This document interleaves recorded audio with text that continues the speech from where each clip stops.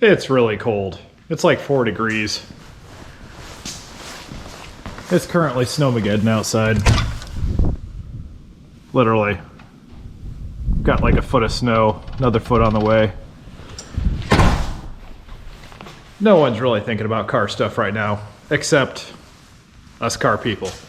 So it's been a little bit since the last update. I figured I would give you all a video as to what is happening with the project. So it is still up at Neighbor Racing. He has been working hard. We were waiting a long time on some items to be shipped. He got an air filter for it with an inlet for the turbo, and just the inlet alone, he had to order like 3 of them because shipping with COVID and things getting lost in the mail. He's got the clicking stuff figured out. That was the tie rods. They just needed to be adjusted. He's got to get an alignment on it still with that.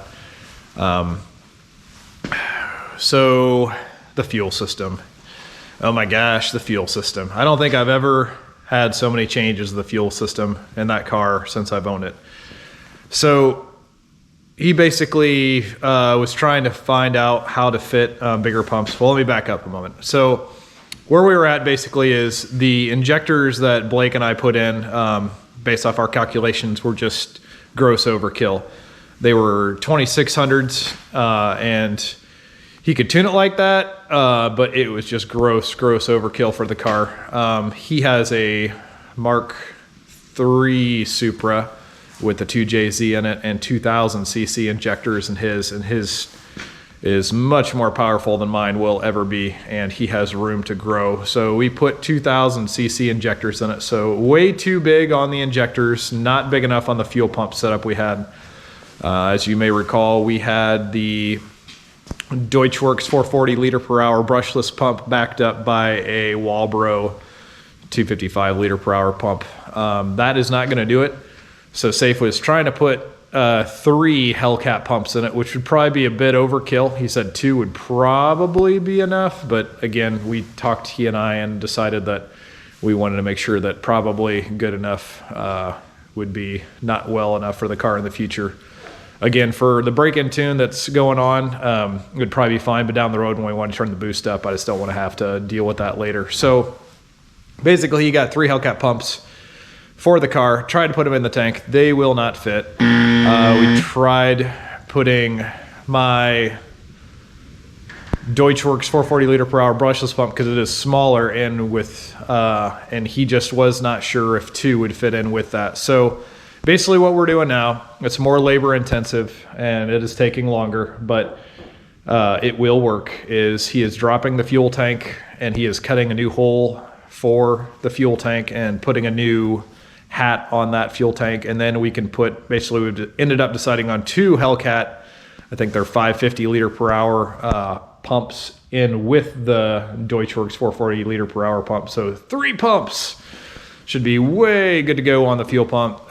Injector should be good to go. Last I talked to him, which was about a week ago, he was waiting on some fuel rings, which I believe go on the hat to seal that new hole he cut in there and put the new hat on there. So once he's got that all buttoned up, he'll finally be able to get it on the rollers, not to throw numbers out there and get people prematurely excited here, but just to get an initial tune on it so it can run and drive. Not that I'll be driving out in this snowmageddon mess, but when the day comes that the weather does break and it is warm enough that it'll be able to turn key and just drive it and run it. Break in that new clutch, get some miles on it, make sure everything else is copacetic, and then it'll be set later when we want to go turn the boost up and see what it does and get the final tune on it. So anyway, I just thought I would give everyone an update because it has been a little while, see where things are at. If anybody has any questions, feel free to just drop a comment down below, and I'll try and get you guys updated whenever I've got anything further, and hopefully it won't be too much longer. There's some other stuff I had planned for the car over the winter that is now kind of getting pushed aside. Fortunately, it's nothing that really is detrimental to getting the car running and driving.